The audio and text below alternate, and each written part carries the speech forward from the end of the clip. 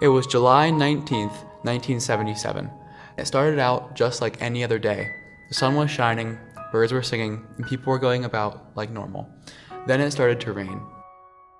It rained and it rained. No one thought that another destructive flood would ever hit Johnstown again.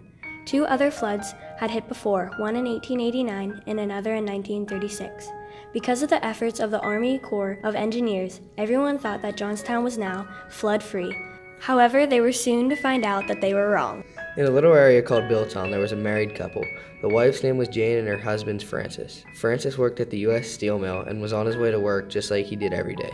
However, to his surprise, when he reached the bottom of the hill, he saw that the bridge had been there for as long as he could remember, had been swept away by the river of water.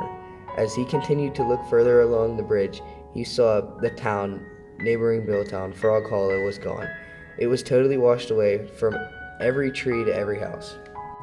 Although he was in great shock by the event before him, Francis did not hesitate to quickly turn around and return to his house. He explained the crisis to Jane and the neighbors.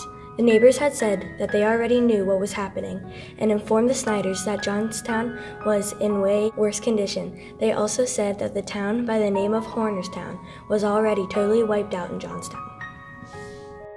This terrible news brought tears to their eyes.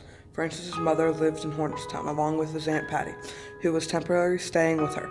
They immediately knew that they would have to risk everything they had to get to Johnstown and make sure that they were safe. So the couple grabbed their truck and started for Hornerstown.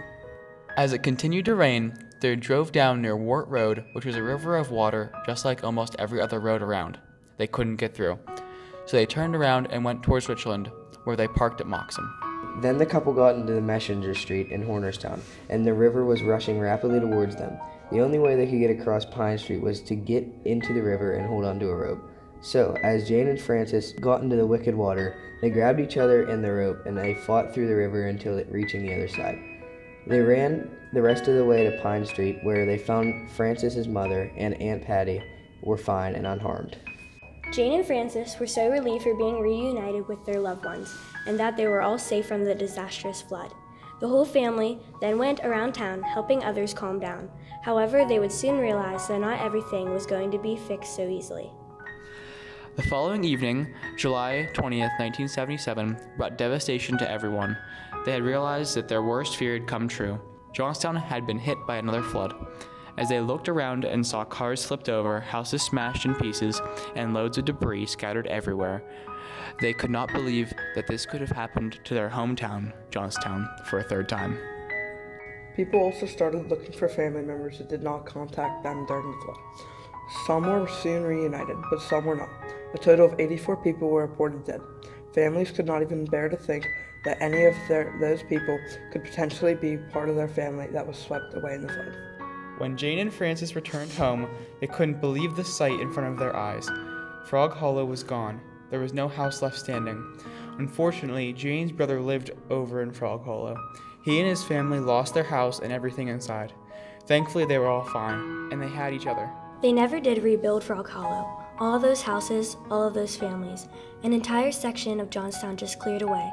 They did rebuild one thing, however, the thing that connected the two sections together, the bridge. The flood had truly hurt Johnstown, not just financially, but emotionally too.